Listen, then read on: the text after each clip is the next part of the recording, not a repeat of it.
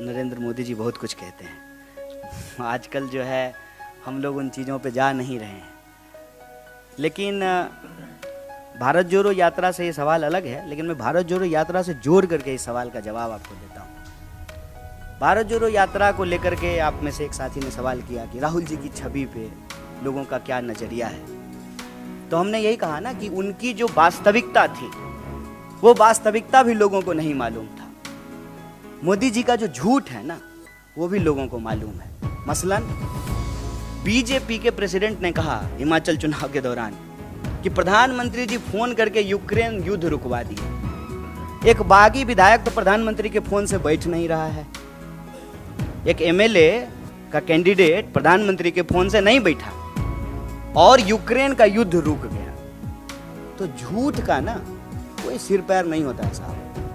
प्रधानमंत्री जी हमेशा झूठ का इस्तेमाल करते हैं देश के बेसिक इश्यूज को डाइवर्ट करने के लिए। विपक्षी उनको गाली दे रहा है, क्या फर्क पड़ता है?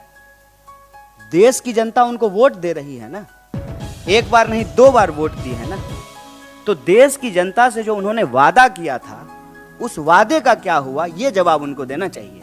2 किलो गाली मिल रहा है कि 50 किलो गाली मिल रहा है, ये इंपॉर्टेंट नहीं है। इस देश में गांधी को गोली मिली है और उसी से मिली है जिसका तस्वीर आप अपने जो है दफ्तर में लगाते हैं नफरत से।